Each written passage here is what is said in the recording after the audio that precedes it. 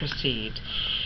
We don't think they went far enough. I think that there was inadequate assessment of the flaws in the OPG argument, and that there were experts that were hired by the JRP that spoke very eloquently about the flaws in the OPG argument.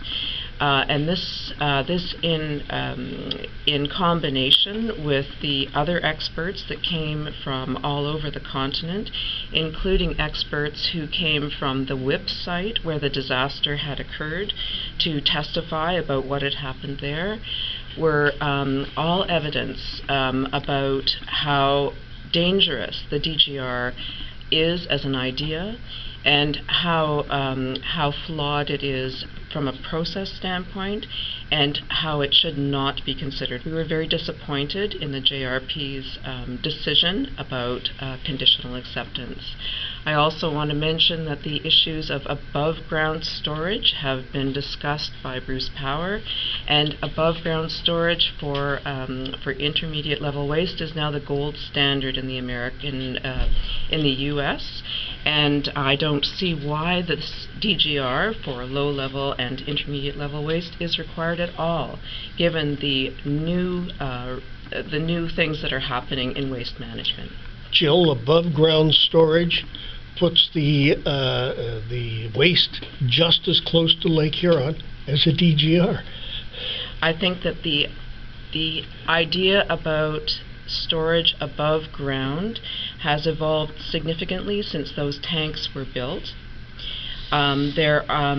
If you read the reports on what is going to happen at the DGR, new tanks would have to be developed, and the decommissioning waste that is going to be brought to the site in the next 120 years will require the use of above-ground storage for increasingly toxic wastes and an increased size for above-grade storage. So just because there's a notion that underground storage is going to be sufficient, we are going to be faced with above-ground storage for an increased length of time and in quantities that we had never imagined.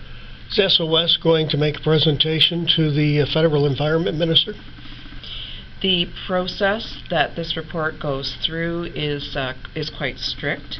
Our organization, along with other organizations and allies across the province, across the country, and across the continent, will be mounting a campaign to discuss this and bring it to public attention, so that before the Minister of the Environment elaborates on the conditions that the JRP has placed, that there is public awareness of what this means for our county and for the international community.